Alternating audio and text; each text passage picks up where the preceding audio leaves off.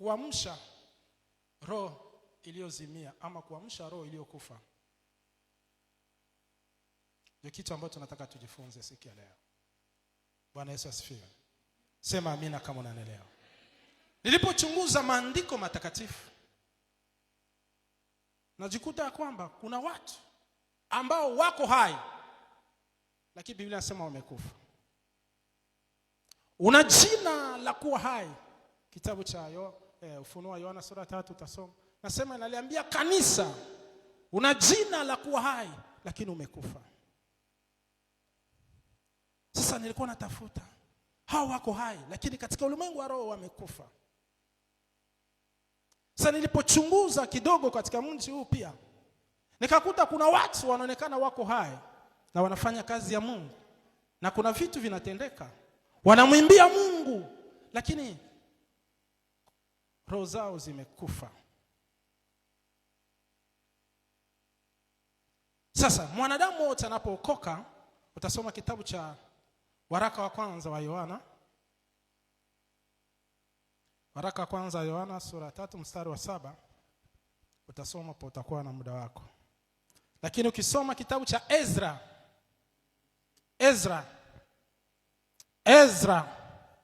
sura ya kwanza mstari wa 3. Hii nitaisoma hii Ezra. Kuna msomaji hapo atanisomea? Ezra sura ya kwanza mstari wa kwanza mpaka wa 3. Hii nataka tuisome pamoja. Ezra sura ya kwanza mstari wa kwanza mpaka wa 3. Kitabu cha Ezra sura ya kwanza mstari wa kwanza hadi wa 3, maandiko yanasema ikawa katika mwaka wa kwanza wa Koreshi mfalme wa Uajemi, ndio, ili kwamba neno la Bwana alilolisema kwa kinywa cha Yeremia lipate kutimizwa, Bwana akamwamsha roho yake Koreshi mfalme wa Uajemi, hata akapiga mbiu katika ufalme wake wote, akaiandika pia akisema, ndio, Koreshi mfalme wa Uajemi asema hivi, asema, basi kila mtu katika ninyi nyote mlio watu wake, ndio, Bwana Mungu wake na awe pamoja naye, ndio, na akwe mpaka Yerusalemu ulioko Yuda, akaijenge nyumba ya Bwana Mungu wa Israeli, yeye ndiye Mungu, iliyoko Yerusalemu. Amen. Ndio. Okay, nisome pia na kitabu cha waraka wa kwanza wa Yohana sura ya 2 mstari wa 27.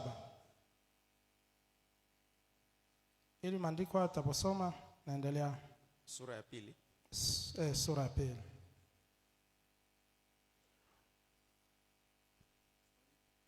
Wa 27. Waraka wa kwanza Yohana sura ya 2 mstari wa 27. Ndio. Neno la Mungu linasema, ndio, nanyi mafuta yale mlioyapata kwake yanakaa ndani yenu. Yanakaa ndani yenu. Wala hamna haja ya mtu kuwafundisha. Bali hauna haja ya mtu kuwafundisha. Lakini kama mafuta yake yanavyowafundisha, kama mafuta yake yanavyowafundisha habari za mambo yote, habari ya mambo yote, tena ni kweli wala si uongo, tena ni kweli wala si uongo, na kama yalivyowafundisha, kaeni ndani yake. Kaeni ndani yake. Amen. Okay. Rudi nyuma, tulinganisha na hii. Soma mstari wa 25. Hiyo sura na 25 anasema, na hii ndiyo ahadi aliyotuahidia, yani uzima wa milele. Uzima wa milele. Endelea. Nimewaandikia haya katika habari za watu wale wanaotaka kuwapoteza. Watu wale wanaotaka kuwapoteza. Ndio inaingia 27. Nanyi mafuta yale mlioyapata kwake yanakaa ndani yenu. Yanakaa ndani yenu. Wala hamna haja ya mtu kuwafundisha. Sema amina. Amen. Mwanadamu wote anapompokea Yesu kuwa Bwana na Mwokozi wa maisha yake, cha kwanza unapokea upako ama anointing. Nguvu ya Mungu ya wokovu inakaa ndani yako. Kuna aina nyingi za upako ambao mwanadamu anatembea nayo anapomwamini Yesu Kristo kuwa Bwana na Mwokozi wa maisha yake. Ziko aina 5 za upako, lakini mimi nitazungumzia aina 2 tu ambao zinakuhitaji wewe. Zile zingine hazina shida sana. Mwanadamu anapookoka na kumwamini Yesu, kuna mafuta yanakaa ndani yake.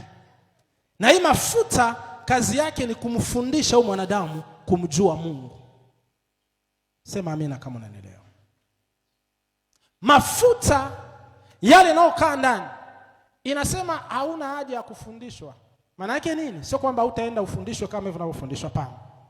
Ya kwamba kuna vitu ambavyo kwa akili zako timamu unaelewa kabisa ya kwamba nikimtumikia Mungu na uzinzi ni mbaya. Unaaja wakuhubirie? Unaaja uhubiriwe? Hii unaaja uhubiriwe? Si unajua tu ya kwamba uzinzi ni mbaya? Haujui? Si tunajua hivyo eh? Yaani hauna haja ya kufundishwa ya kwamba uwai kwenye ibada. Yaani unakata na kufundisha uwai kwenye ibada? Hapana.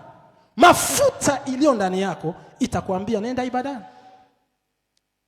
Mafuta iliyo ndani yako itakufundisha vitu vingi ambavyo unavijua na kuvielewa. Sema amina. Lakini mwanadamu akitaka ama akifa kiroho, kuna dalili ambayo utaziona ndani yake.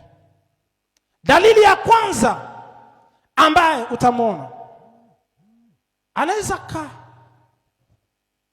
kaa hapa ibadani na kasikia neno la Mungu, lakini ndani yake hana nguvu ya maombi. Anaweza imba lakini hana nguvu ya maombi, na akiomba ni dakika chache. Dalili ya pili, sio msomaji wa neno. Ameokoka na anamwamini Yesu, lakini sio msomaji wa Biblia. Ukitaka kujua mtoto anapozaliwa kama yupo hai, ishara ya kujua mtoto yupo hai anapozaliwa, njaa. Anakuwa na njaa, atanyonya maziwa. Njaa ya mtoto anaozalia inaonyesha huyu mtoto ana uhai ndani yake, ana uzima ndani yake, kwa sababu ana njaa. Mtoto ambaye anazaliwa hana njaa, ule atakuwa amekufa. Hana njaa yote, ule amekuwa amekufa. Njaa ya neno la Mungu, njaa ya kumtafuta Mungu inaonyesha pako ambao unayo, inakusaidia kuimba, kufanya nini kufanya biashara.